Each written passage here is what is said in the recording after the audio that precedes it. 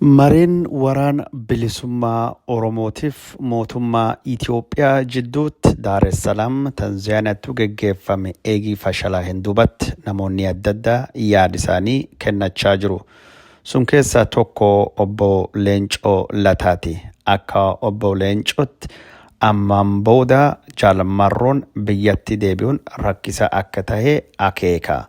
Jaalmarroon yoo biyyatti deebi ajjeefamuu dandaya. Yoo biyyatti hin deebine daayaspooraa ta'e ammoo dhaabbanni inni hogganu kaduru laafa jiddu galeessummaa hoggansaa hin qabu jedhan kan caalaa faffaaca'ee rakkoo uumuu dandayaa jedha. Mariin fashalaa hulleen abdii nagaatti dhufaa jedhee namni qabu ka fashaleessee tayaa jedhee dubbata. እስቲ ሰጥቅት ግን ላይ እንደነበረ ድርድርም ላይ ተሳትፎ እንደነበረ ሰው አንድ በጣም የገረመኝን ነገር ለኔ እንግዲህ የሆነብኝ ነገር ይሄ ትጥቅ ትግሉን ይመራል የሚባለው ሰው ከደምቢዶሎ በሄሊኮፕተር ወጣ የሚባል ዜና ተመልክቻለሁና እንደዛ የሚደረግበት ሂደት አለ ወይ? እንደዛ ከሆነ አካባቢው የነበረበት ሁኔታ ይታወቃል ወይ? ይታወቅ ነበር ማለት ነው ወይ? ምን ትርጉም ይሰጡታል ይሄ? እኔ መጀመሪያ ይሄ ወሬ ሲናፈስ ገመትኩት በምስጢር መልእክት የተለዋወጡ መግባባት ላይ የደረሱ መሰለኝ። ስለዚህ ለመፈራረም ብቻ ወደ ውጭ ሀገር የወሰዱት መሰለኝ። አሁን ስናይ ግን እንደዛ አይደለም።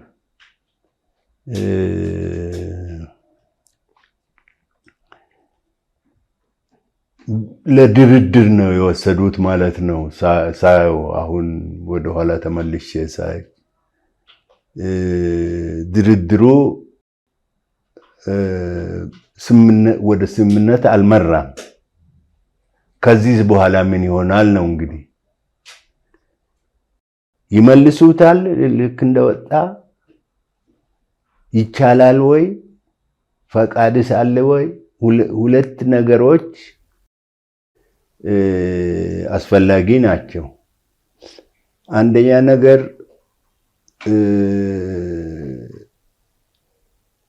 መንግስት ፈቃደኛ መሆን አለበት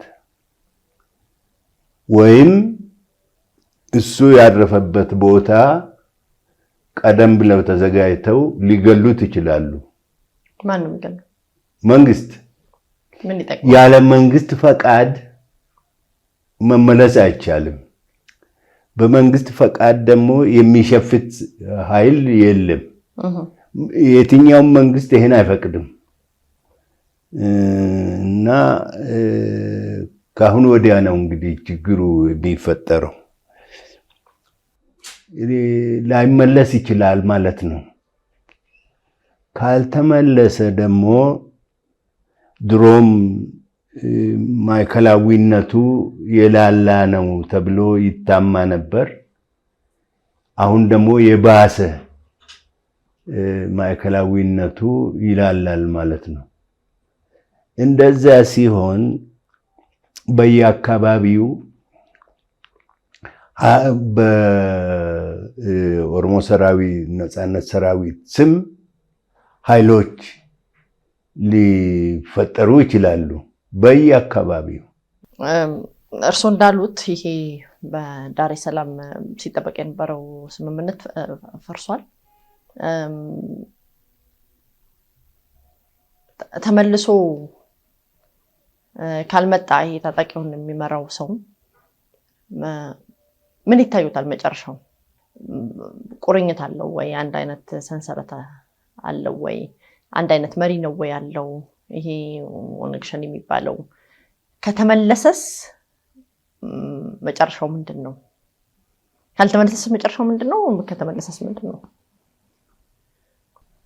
ካልተመለሰ ማለቴ በመንግስት ፍቃድ ነው እንጂ በግሩም በምንም ሊመለስ ይችላል። ግን በመንግስት ፍቃድ መንግስት በሄሊኮፕተር እንደወሰደው በሄሊኮፕተር ከመለሰው ያ እንግዲህ የመንግስት ፈቃድ አለው ማለት ነው።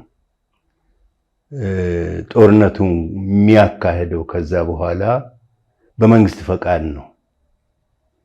ይሄ ደግሞ ተከስቶ የማይታወቅ ጉዳይ ነው። በመንግስት ፈቃድ ሽፍትነት አይቻልም እና እንዴት ይሆናል? አሁን እንግዲህ አማራጩ እኔ የሚታየኝ ውጪ መቅረት ነው። ውጪ ሆኖ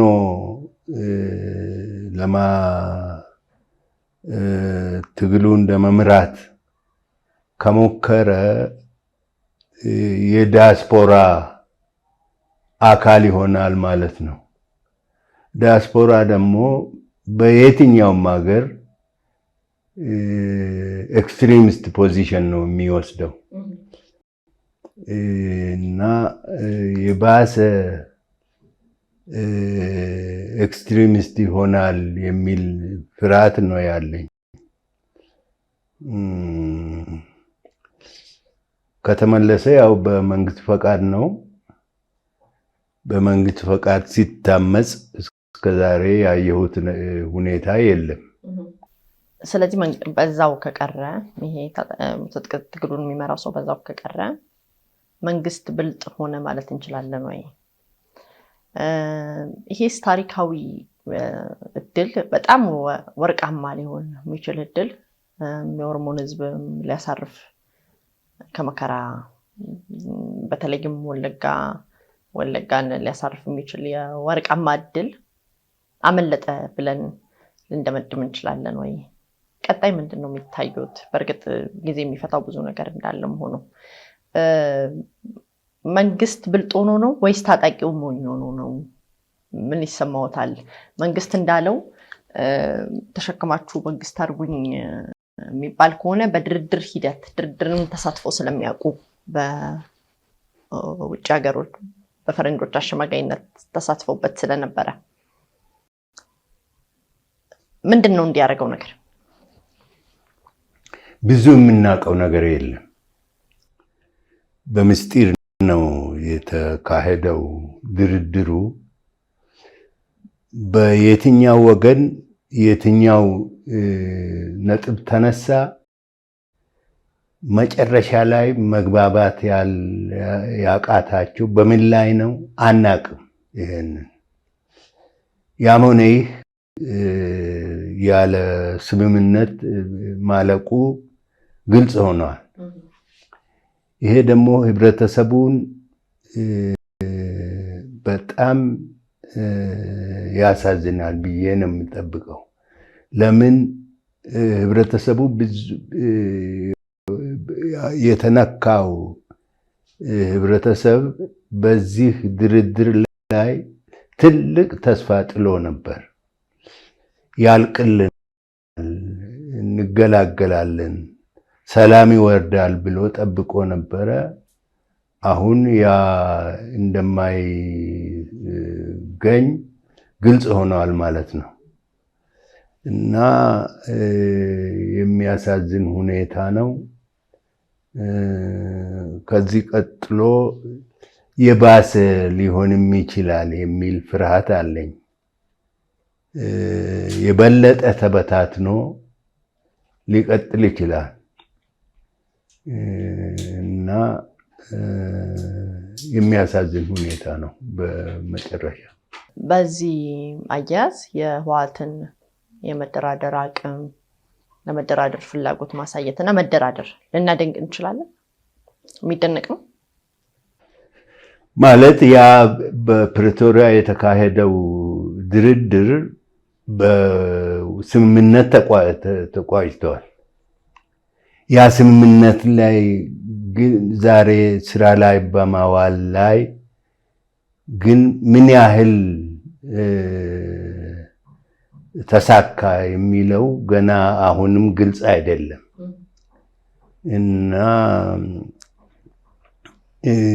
ይሄኛው ከዛ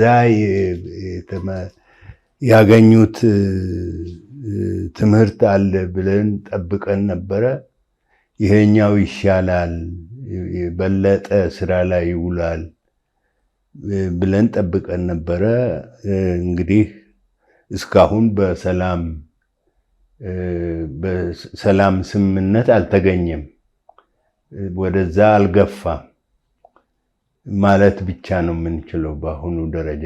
ያዳ ኦቦ ሌንጮን ወልፈካቱ ቀባ አንሌን ጃልቀባ ጃልመሮን አራራ ፊ ገራ ታንዛኒያ ዴሚ ጀዳሜ ጀናን ዋንኒ ወሊጋልቴ መለቴሱ ዴም ናፈካቴ አብዲ ጉዳ ጉራድ የሮ አማንተና ነጋን ዳላቹ ደንዳ መርሳ ከነረቱ ጀዴ ሱኒን ዱራ ለፈጀል ወልሃሰዋ አካቱራን ዮካን አሞ ወልዱባቹ አካ ደንዳያን ያዴ ጃልመሮን ነጋ መለቴሱ ማሌ አራራፍ ማሌ ሪስኪ ጉዳ ፍደቴ bakka jiru bosona irraa bahee Daar es Salaam Tanzaaniyaa hin deemu. Kanaafuu wanni tokko ta'uu danda'a waan jedhu abdii guddaa qabaa ture. Abdiin wanni jennu sun akka jennettu hin taane tarii warra mootummaa yookaan ammoo jaarolee araarallee guddoo amanuu ta'uu ni mala. Araarii marsa tokkoffaa jaalmarroo waan hin jirree fi milkaa'uu dadhabe jaalmarroo walaasofna isattu hoogganaa isattu murteessuu danda'a jedhamee gaafatame. Anilleen inni achi deeme jennaan jaalmarroon akkasuma lafa ka'ee hin deemu marsaan lammaffaan kunin bu'aa qabeessa ta'a waan jedhu yaade amma akkamiin akka jaalmarroon biyyattu deebi'u yookaan ammoo bosonattu galu beekuun guddoo rakkisaadha. Tarii warri araaraa sun araaraaf achi geessanii ammoo bosonatti deebisanii dirree waraanatti buusna wabii waan kennaniif natti hin fakkaatu. Mootummaan tokkolleen qaama isaa wal waraanu isaa wal lolu akka deemee nagaan dahoo isattu gale isaan wal lolu waan hayyamu natti hin fakkaatu.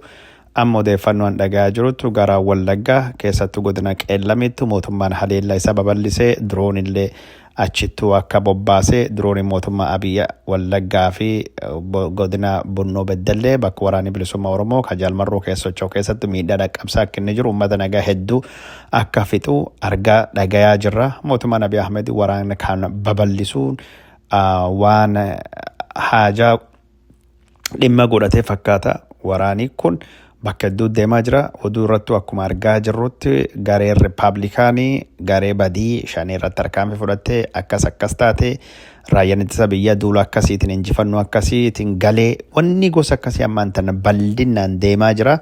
Kukkuun hunduu mootummaan jaalmarroo ejjeesna yookaan qabna yookaan daaraa goonaa akkuma Tanzaaniyaa Daar es Salaamitti dhaadhatanii uleen mootummaa jabduudha isinii mararfannee dirra keessan laafaa kan malee daaraa isin goonaa jedhan sun itti deemuu danda'anii. Uleen mootummaan qabu cimtuun dirra raayyaa dirra waraan bilisummaa Oromoo kacabsullee natti mul'atu garuu rakkoon guddoon dhalachuu dandeetti. Ammallee wanni ayyaatu jaalmarroo qabnaa ejjeesnaa waraan walitti babal'isnaa akkas wal goonaa qawween daaraa wal goonaa yaadii jiru kun fudhatama waan takka hin qabu. Waggaa 5 mootummaan yaalee jaalmarroo waraan bilisummaa Oromoo barbadeessuu hin dandeenye hin jirtanii jechuun mormachuurraa kaasee amma hin jirtanii wal mari'anna jedhee adeemsa dheeraa deemee jira.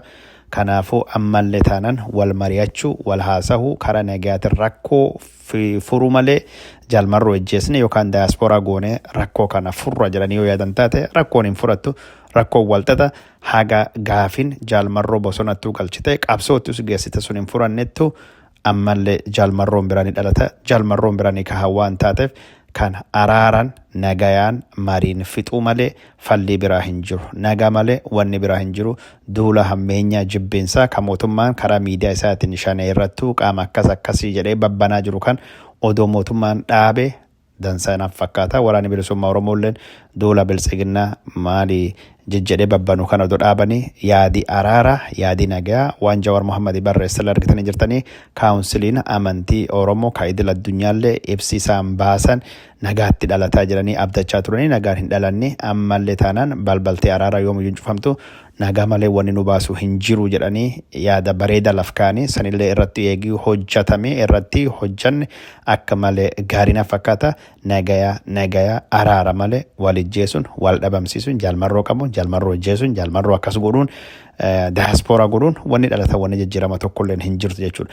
Keessattuu mootummaan kun ammaan ta'u waraana diroonillee haa taatu waraan lafaa waraan xayyaaraa Oromiyaa keessatti babal'isaa jira. Garee Rippaabilikaanillee irratti hirmaachisee wanni nu Wallaggaara dhagayaa jirru wanni Bunnoo Beddellee Jimmaa fi Gujiillee naannoo adda addaa Oromiyaa keessatti dhagaa jirru kan fakkaata. wanni wagga shaniin hojjanne wanni har'a hojjetuuf hin jiru jechuudha. Keessattuu yeroo faannoo wajjin waraanii gaggeeffamaa jiru faannoon humni guddaa irree argatee mootummaa baay'ee rakkisaa jirutti Eertiraa wajjin waraana keessa seenuu Itoophiyaa wayita dandeettu kanatti rakkoolee biyya ormaa waliin qaban biyya ollaa waliin qaban mootummaan dhiphisee manisaa nagaa buusuu manisaa keessatti jijjiirama fiduudhaan araara laf qabsiisuudhaan tokkummaa uummataa gamtaa uummataa cimsuudhaan rakkoo nageenya qofa osoo hin taane rakkoo dinagdee furuu danda'a malee waraanii fala hin tahu waraanii dinagdee cabsaa uummata miidhaa. Kanaafuu deeggarsa mootummaa dhowwaa waraanii dhaabbachuu qabaa jedhee asumaan dhaamsa cimaa dhaamsa kan irra deebi'ee nagaa malee araara malee waraanii fal hin tahuu waan jedhu dubbachuu barbaade. Waa takka dhuma irratti kan dubbachuu barbaade akkuma duratti dhageettan araarii Tanzaaniyaa kun akka fashalaa hullee gumaacha guddaa ka taphatee araaraa fi jaalmarroo bosonaa yaamanii bakka jaalmarroon gaaraa dhufee mariif taa'utti waraan isirrattuu babal'isanii humni isaa irrattuu labsanii daaraa goonaa ka jiran kun akka qaamni lamaan waliin amanne mootummaa fi waraanni bilisummaa Oromoo walii galtee irra hin dhaqqabne godhe jedhe Jawaar Mohaammed illeen yaada kana dubbatee ture kalee akka isin dhiyeessatti anillee yaadi kun dhugaa naaf fakkaata maal jennaan namni araaramu jalqaba wal amanu wal dhagayuu qaba wal amanan malee wal amantii yoo jiran nagaan sun hojiirra odoo walii galanne hojiirra ooluun akka malee rakkisaa ta'e. Kanaaf ammaan tanallee waraanii babal'achaa jira. Garuu waraanii Oromoo wajjin mariin otoo gaggeeffamaa jiru waraanii babal'ate kun mootummaa miti shiraa wayittuu jira qaama birattuu jira ka mariin akka hin dhalanne barbaade mariin akka hin taane barbaadu ka waraan kan babal'ise jedhe namni gari yaada akkasillee dhiyeessaa jira. Sun keessa tokkini ministeera daa'etaa ministeera nageenya obbo Taayyee Danda'aati araaraa fi Daaree Salaamii akkuma dhaqanittu shirii waraana babal'isuu godhame shira kana eenyutti godhe jechuudhaan qaama biraa kan mootummaa keessa jiru deep state wayi qaama dhokata mootummaa keessa jiru ka shiraan deemu wayi akka jiru akeekee jira. Namoonni gargarilleen Facebook illeen karaa adda addaatiin dhaamsa naa barreessanii naan qunnamaniin mariin akka hin taane ka gumaacha godhee warra waraana keessa jiru yookaan ammoo Shimallis Abdiisaa faa jedhanii waan akkasii keessa naa barreessanii jiranii. An ammoo akka yaada kiyyaatti Shimallis Abdiisaa ta'ee hoggansi waraanaa Biraanuu Juullaa Fiild Maarshaal Biraanuu Juullaa galchaa namni biraalleen waan Abiyyi godha jedheen fedhii Abiyyiiti beekamtii Abiyyiiti ala waan godhanatti hin fakkaatu. Walumaa galattu rakkoo hoggansa fiixee mataa irraati malee Abiy Ahmed araara fedhee Shimallis Abdiisaa faatii hin feene yookaan ammoo Biraanuu Juullaa galchaa hin jaalanne kanaaf fashalaahee shira warrattu jira waan jedhu amanuun na rakkisa. Ta'uullee danda'a garuu walumaa galattu akkasitti ilaala Abiyyi waa hundaayyuu namni godhu isa naaf fakkaata. Shimallisii fi Fiild Maarshaal Biraanuu Juullaa galchaalleen ajajuma isaatiin yookaan beekamtii isaatiin waan godhan yookaan Abiy Ahmed odoo arguu itti dhiise malee sira dhuguu danda'a jedhee yaada. Sussunittuu jira. Kaan ammoo Shimallis Abdiisaa ammallee irra deebi'ee waan dhaamnuuf Oromiyaan nagaa taatu malee dippiloomaasiin ati naannolee waliin uumtu maallaqa miiliyoona 100 naannoo kanaa kenne sunii kenne amma naannoo kibbaa Itoophiyaa kibbaatiif miiliyoona 100 kennee jedhamee gabaafamaa jira. Naannolee hundooftuu hayyuu maallaqa ni kenna. Garuu naannolee wajjin dippiloomaasii hariiroo cimsuuf godhaa jirta. Manni kee Oromiyaa yoo nagaa hin qabaanne wanni tokkolleen hundee hin horattu jechuudha. Kanaaf nagaan Oromiyaa akka dursu akeekee dubbachuu barbaada. Waan daawwatanii hordoftaniif hedduu isin galateeffadha.